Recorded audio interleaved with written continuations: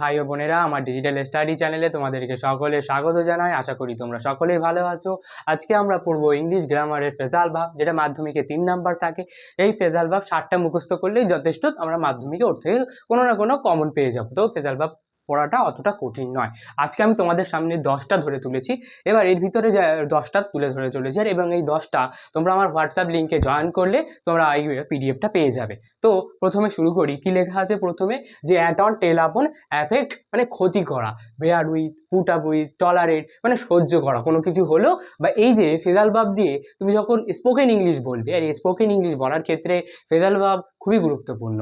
তো তারপরে বলছে ব্রিং আপ, রিয়ার লালন পালন করা, ব্রেক আপ ক্লস বিরতি, ব্রেক ডাউন ক্লপসি ভেঙে পড়া মানে খুবই দুঃখ হলো তুমি ভেঙে পড়ো, তাহলে এটা হবে ব্রেক ডাউন। তুমি বলতে পারো ক্লপসি বলতে পারো বা ব্রেক ডাউন বলতে পারো। তারপর যে ব্রিং আউট, ব্রিং আউট মানে পাবলিশ প্রকাশ করা। এবার কিরকম দেওয়া থাকবে? হয়তো প্রথমে দেওয়া থাকবে আমাদের টলারেট দেওয়া থাকবে, তো ইএস থাকে, টলারেটস থাকে, এস থাকে, তাহলে বেয়ার্স এখানে এস হবে। যদি এখানে যদি আমাদের কি থাকে, এখানে যদি আমাদের থাকে টলারেটস, টলারেটস এরকম এস যদি থাকে, তাহলে আমাদের এখানে কি আছে? এখানে আছে বেয়ার উইথ, তাহলে আমার এরকম লিখতে হবে। কি লিখতে হবে? এরকম লিখতে হবে আমাদের বেয়ার্স উইথ। এবার এখানে যদি আইএনজি থাকে, এই জায়গাটাতে যদি আইএনজি থাকে, তাহলে আমার এখানে কি করতে হবে? এখানে আমাকে আইএনজি যোগ করতে হবে। তাহলে এটা হবে কি? ব্রিং উইথ, এরকম আর কি যোগ করতে হবে। তো প্রতিটা এরকম আছে। প্রথমে আমরা 10টা মুখস্থ করি, আমার 6 দিনে আমরা 7টা মুখস্থ করে ফেলবো। তারপরে আছে আমাদের ব্রেক আউট। ব্রেক আউট মানে স্প্রিড মানে দ্রুত ছড়িয়ে পড়া।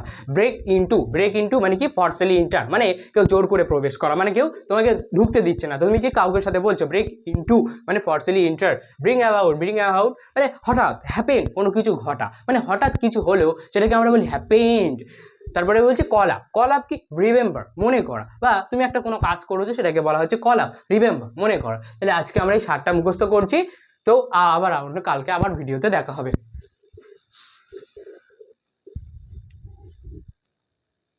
কি